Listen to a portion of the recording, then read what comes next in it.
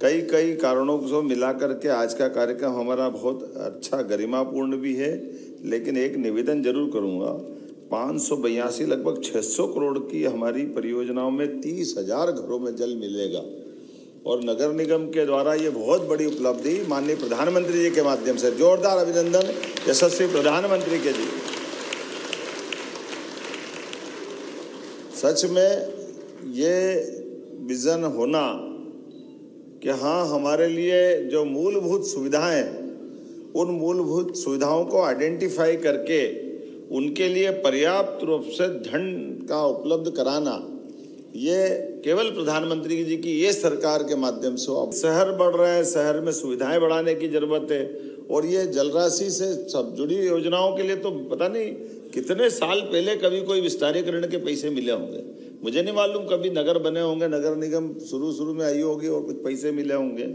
बात के क्रम में केवल पाइपलाइन को सुधारने के काम के भरोसे से या जो अपने से बन पड़े नगर निगम की जो वित्तीय व्यवस्था में से हो जाए, लेकिन समग्र रूप से विचार करके एक साथ काम करना ये बड़ा कठिन जाता था।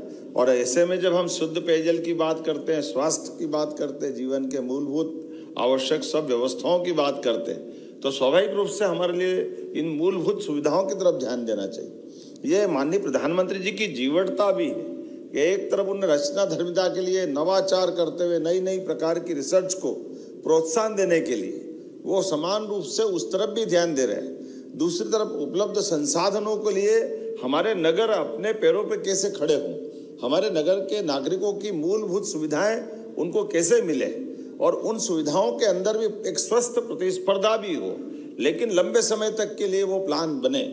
बात कितनी छोटी छोटी सी है।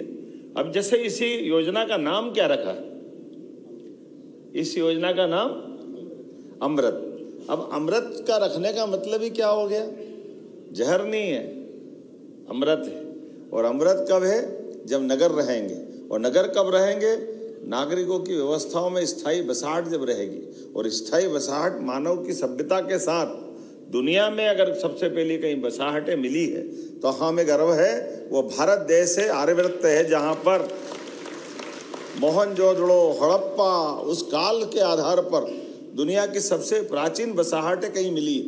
तो नगर रचनाओं की रचना अपने देश के अंदर मिली। और नगर की रचनाओं में सुव्यवस्था कैसी है, पानी की निकासी उस दरमियान भी थी, नगर की बस्तियां कैसे बसना चाहिए, नगर की स्थापत्य की वो सारी बातों का ध्यान रखना।